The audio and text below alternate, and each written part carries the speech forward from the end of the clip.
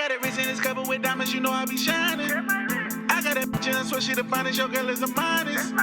Walking in bitch and I'm making it rain and I'm changing the climate. I'm in the club throwing buzz like Giannis, just like Giannis. I make it rain, it's simple. What's happening, baby? Back Betting coming to you live again. Week 3 of college football, week 2 of NFL. So excited to be here today because this is our first week that we're going to have our first betting bro on. And he's a great handicapper. He's a great handicapper. I'm a great handicapper.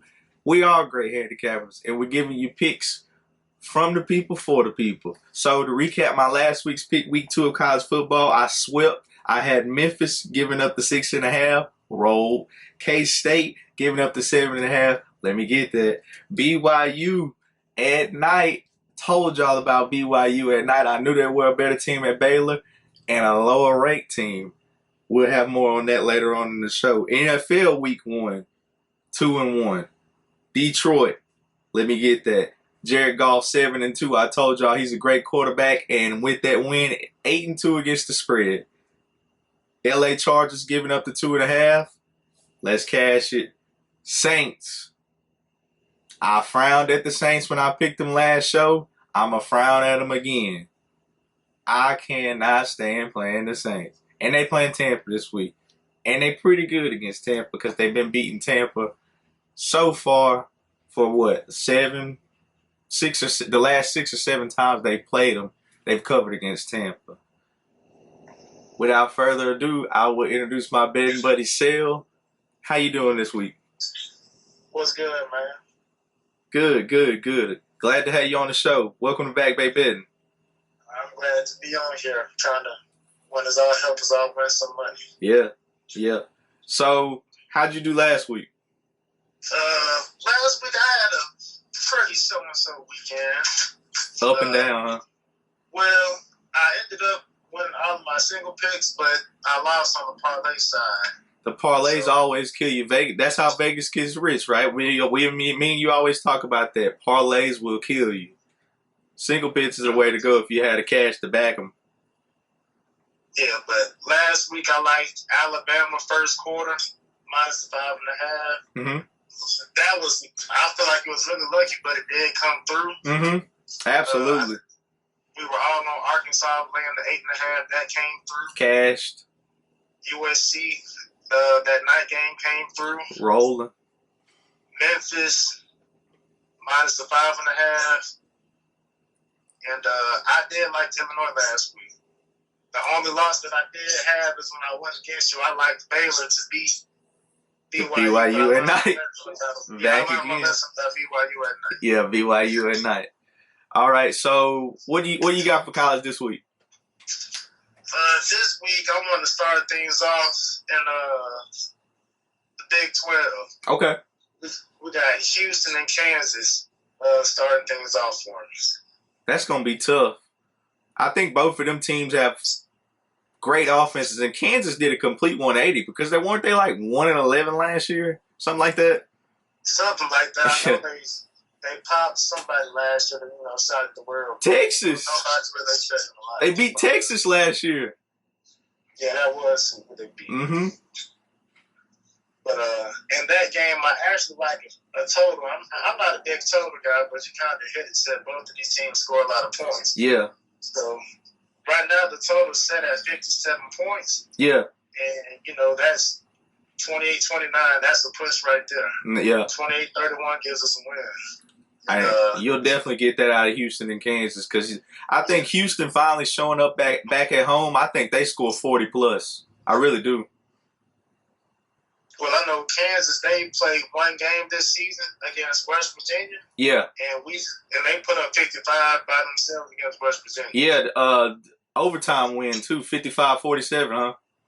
Yeah, and it was at West Virginia, so it's tough to play at West Virginia. Absolutely. And Houston, they've had 2 games this year, and both of their games have been on the road, and they've scored a combined, or they averaged 33 points in both of their games. So 55 and 32, that's 88 points. So I'm gonna take my luck, try my luck. Yeah. Over in that game. Absolutely. Houston, that tune, man, He's so good, and them fast receivers from that Houston area, man. They can play some football, and I think Kansas has a lot of guys from Texas as well, so I think we'll see a lot of points. Yeah. Probably a bunch of guys that played each other in high school, honestly. Yeah, but that's all I got for, Houston and Kansas. Okay. Roll into your next one. All right. Play number 2. Kind of risky, but I like to live life on the edge a little bit. I'm Absolutely. going to go with Oklahoma, laying the 10 points, hosting Nebraska. Nebraska just got that new head coach. Yeah, I know. And this is something I learned. I've been doing this for a while. Right. You never want to go against a team that has something going on. So, Nebraska, they're going to come out trying to, win for this new coach that got this internal coach. Yeah. That's definitely.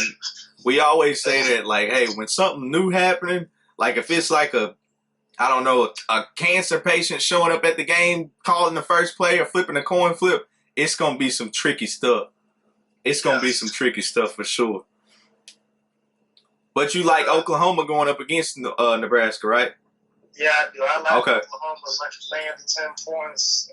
I'm not going to even overthink it. We watched Nebraska the first 2 weeks. They lost to Georgia 7, and they lost to Northwestern week 1. Yep. Fired their coach. Scott Frost is gone. Out. Yeah. Up out of there. Oklahoma, they're supposed to be one of those teams that can compete for a playoff spot, so they should be able to come out and count them. Yeah, they're trying to fight for a top. Yeah, they're trying to fight for a top 4 spot for sure. And then they got to handle business against somebody like Nebraska. Yeah, and they have that new head coach that's defensive minded, so I don't see them, giving up a lot of points to a Nebraska team. Yeah, it's not like when Bob Stoops and Lincoln Riley was there. Defense came second for sure. Yeah. Yeah. All right, you got anything else on college? And I got one more pick I'm going to go with. Okay, go ahead. I'm going to go with the Texas A&M versus Miami game. Oh, what you like about that one? I mean, it's a big matchup, SEC versus ACC, and I think we all know that the SEC is the best, conference in college football. So yeah, they lost last week against a scrappy App State team that wants to run the ball. Mm-hmm. And I think A&M, they have that good D-line, good defense. Yeah, They're they do. They're playing 5.5 points, so if their quarterback can, manage the offense, not make many mistakes, A&M should be able to win this game by at least 6 points. Yeah, they should. I think, and I'll tell you what, Miami didn't look good. What's his name? Van Treese or Van Dyke? Van Dyke. And he didn't look good against Southern Miss last week. They played around with him. And I know Southern Miss started a different quarterback initially because against Liberty they were running like a 1-2 punch with Frank Gore. And I can't remember the other guy's name. But Southern Miss started a freshman, and he looked good. It's like Wilkes or something like that. And he ran all over Miami at the beginning.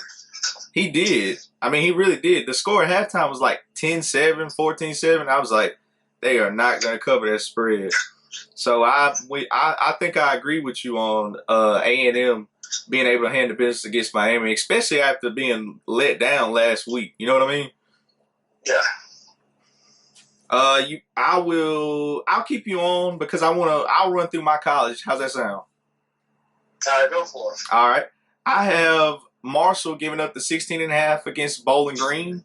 I feel like Marshall just coming off a huge win against Notre Dame. They'll be able to handle Bowling Green pretty easy. And Bowling Green is number, I believe, 150 out of the college football rankings, that's low. How many, Sel, do you know exactly how many teams it is? I know 150 is terrible. Is it like 162 or it's something like that? Yeah, I don't know off the top of my mind, but it's something like that. Yeah, it's something like that. And 150 is low. I mean, 150 compared to 1, you do the math. And then I am going to go SMU plus 2.5 against Maryland. I feel like SMU going to Maryland, I don't know if Maryland is going to be able to keep up with that fast-paced offense and those fast receivers from the Dallas area. I just feel like those Texas boys, I know they got all those recruits at Maryland, but I feel like SMU will be able to handle business. So give me SMU plus the points going up against Maryland. And I have a slight lean towards the over as well. And then my last college pick, I'm sorry, not my last college pick, I like UTSA plus 12.5 against Texas. I feel like Texas played their best game they're going to play all year. They lost Quinn Ewers. They're starting a backup quarterback. How excited can they be to go up against a UTSA team? And I feel like we've seen this before with North Carolina State going up against ECU. They were so little brother in them kind of type of mentality. And I feel like that's how UTSA feels going up against Texas. Lastly, okay. And lastly, I like the USC and Fresno State going over 74 points. I feel like people are going to take that 74 points. They're going to see that 74 points and they're going to go the other way. So it's a great way to catch Vegas trying to catch people on the other side of it. So USC's defense, I watched them against Stanford. Stanford could have played USC close as they wanted to. They really could have. With that being said, Fresno State can score a lot of points. You know what I mean? So it's not like I'm going out on a whim here. Why do you think the total's at 74 points? Yeah, I think Fresno State, they have the NFL caliber quarterback over there as well, so they should be able to do something. Absolutely. Absolutely.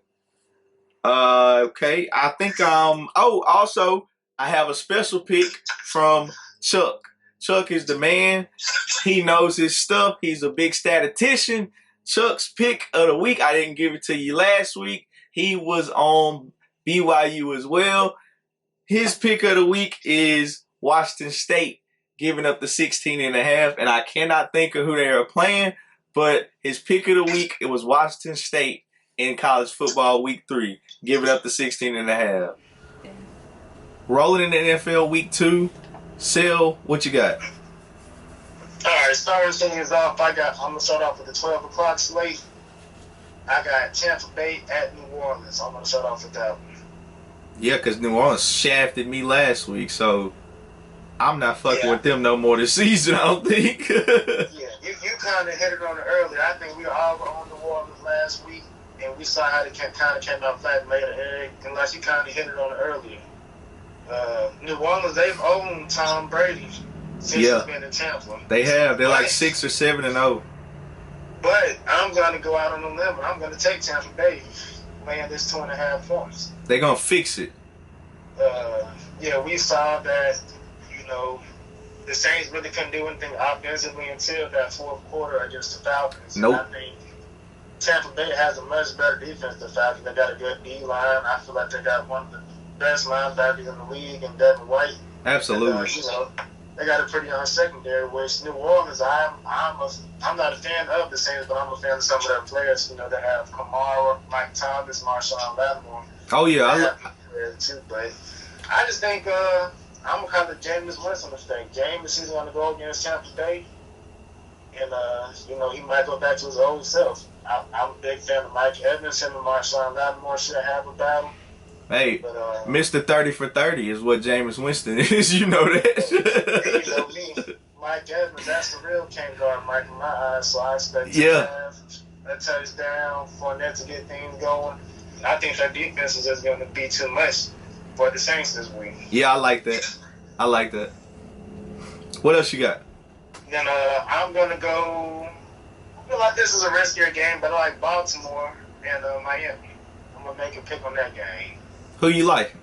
Now, last week I was on Baltimore and Miami. I like Miami going against New England.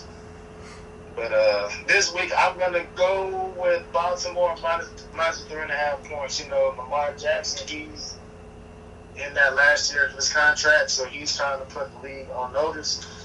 I know things are kind of iffy in Baltimore right now. His running backs are beat up. All of them. He really doesn't have a wide receiver, Rashad Bateman. They did catch a deep, I think, touchdown for him last week, and I think he has the best tight end in the league. Oh, yeah. One of the best. One of them. And I think, they're just a better team right now going against a young Miami team. Miami, they've been able to compete for the last 2 years, but, they kind of started off slow. and then bang, around the trade deadline, they get things going. Yeah, But, and what I was gonna say about that one, not to cut you off, I feel like Lamar Jackson, and because I would lean if I was to play that game, I would also lean but towards Baltimore giving up the points, because Miami, they rely on their defense a lot. Excuse me. Yeah. But I don't think that they'll be able to hang in there with the offense that Lamar Jackson brings, and that special kind of RPO-ish type offense, sneaking it down to the tight ends, throwing it to the wide receivers quick. I just don't see them being able to hang in there. So I also would lean towards Baltimore giving up the points, especially in Baltimore. Yeah, and I think it'll be a tough game because, Miami, they have Tyreek Hill and they have that other receiver. Waddle, baby, Waddle. Both of them, Yeah. It's going to be tough, but are we really better to trust Tua? I mean, this could be Tua's coming out here, but I like, Lamar Jackson. He's a former MVP. He's trying to get his team back in the playoffs. Yeah. Playing for some money. I like Lamar. And then my last play I got for this NFL week, we kind of hinted on this stuff in college, but I'm going to go with the Cincinnati and Dallas game. Who you liking in that one? I'm going to go on the limb, and I'm going to go with Cincinnati minus 7.5. And I know a lot of people think Dallas doesn't have the quarterback. It should be easy for Cincinnati. Yeah. But those games end up being tougher than you would expect because there's no film. Exactly. On the other quarterbacks. But, I watched Cincinnati, the whole Cincinnati-Pittsburgh game last week because I was unfortunately on Cincinnati. Ooh, tough play. Yeah, I kind of gained some respect for Pittsburgh, but with Watt being hurt, exactly. I tried to mess them up. But we all know Cincinnati probably has the best receiver core in the league. They got Jamar Chase, Tyler Boyd, T. Higgins. That's a great receiver room. They went inside another tight end. They got Mixon, a great running back. Joe Burrow. I got Mixon as my fantasy back. Yeah. Cincinnati has all the offensive weapons. Their defense kind of caught teams by surprise. I'm not expecting them to have a big defensive game this week because it's early in the season. But I'm just kind of going with, we all watched Dallas play the primetime night game. Yeah, we did. They couldn't move the ball with Dak. And, Dak is out. They're starting Cooper Rush. Yeah. Which I think he may have started a game. He started some games last week. He started a game last year, I believe, against he started and actually won when he did start. When he did start last year, he won a game. Yeah, but this is a new Dallas team. Dallas, they've always had, I feel like, good players on paper, but they traded Amari Cooper, so they're asking CeeDee Lamb to be, the guy over there. Yeah. I still don't know if he's a true number one receiver. Well, and you still got Gallup. You still got Gallup out with the torn Achilles or whatever it is, and then you still you got Jalen Tolbert who shows up from USA. I'm expecting him to have a big year, and then last week it's like something's wrong with him. I'm like, where? All the camp stuff I'm seeing Jalen Tolbert grab on everybody. Trayvon Diggs, when they do the joint practices, I'm seeing him do everything well. And then the day before the game, I see he's out. So I'm like, what is this? Like, how is this? I don't understand. So their receiving core is very beat up. I do agree with you there. And they also did lose Dak for 6 to 8 weeks? Yeah, 6 to 8 weeks. Mm-hmm. And I'm glad you said something about Trayvon Diggs. We all know he led the league in interception last year, but I think he's going to be in for a long night. Chasing around. He's probably going to chase around Chase. And I know 7.5, that's not an ideal number, but, I don't see how Dallas can keep up with Cincinnati unless they have a hell of a defensive game or something. Yeah. Cincinnati, but I will say this, Cincinnati's offensive line looked absolutely terrible against. I never saw anything like that. TJ Watt, he was looking like the NFL defensive MVP. Well, remember last year he had 15 sacks. So, or how many? No, he had more than 15. The guy from the Cowboys, Parsons, was the guy with 15, so he had to have more. Yeah, he had more. I don't know if it was last year or the year before, but I know he had 22 one of those seasons. So I don't know. It might have been 22 last year. It might have been last year. Yeah, it had to be more than 15 because I know Parsons was on. I had like 15 or 16, something like that last year. I mean, Parsons is a damn good player. He had 2 last week. I mean, I'm like, if this guy plays like this all year, he's on pace for 30 plus. Yeah, and you know they got the extra game now too. So yeah. So he's on pace for a bunch of sacks. So I know you said that was your last pick. Are you sure you wrapping it up? Yeah, that's it. You know, I don't want to try to force anything. Same way. Because week 1 in college football, I was 8-6 because I gave all those picks. So I don't want to skew my credit with the people because remember we are for the people, by the people. Yeah. Yep. All right, Sil. Well, thanks for I'm glad to have you on the show. And thank you for coming on Back Bay Betting. Yeah, no problem. I look forward to being back here. You know, hopefully we sweep this week, college and NFL. Well, how about this? I'll make a challenge and say this. If whichever betting bro has the best record, you will be the betting bro who comes on during the playoffs. How's that sound? All right, sounds like a plan. Sounds like a plan, all right. So you got to do a minimum of 2 college picks, and you got to do a minimum of 2 pro picks to make it into the sweepstakes to make the playoffs as NFL football and college football. How's that sound? Sounds good. All right, Sil. Thank you, and have a good one. All right, man. All right, that was Sil coming on you live. First betting bro of the week. So it is a challenge. If you do make it on the show, you have a chance to come back on the show as a repeat customer, as a repeat betting bro. You are the guy who controls your destiny. Or gal. We might have some women on here. I do not know. If you can pick teams, comment, like, and share. Let's see how you do. Because I might pick you. How's that sound? Moving into my NFL picks. See, I like to touch their ass twice. I ain't like Sil. I don't give all my shit at one time. I like to touch their ass twice. And if I touch their ass twice, I go back down there at 7 o'clock. That's how I am. So my 12 o'clock slate, I like to go Detroit, giving up the 1.5 against Washington. I just think Detroit at home, coming off Hard Knocks, they are going to be a good football team this year. Don't sleep on them. That is my sleeper team. Love it when y'all do that. I'm taking Detroit and Jared Goff. Secondly, Carolina against the New York Football Giants, hosting. The Giants are 0-10 in home openers in their last 10 against the spread. I'm going to trust my instinct. I like the number 11 and I like the number 7 when it comes to covering. See, if you really been betting, you know what I'm talking about. You got one of these bitches too. You see what I'm saying? You really been picking 7 and 11.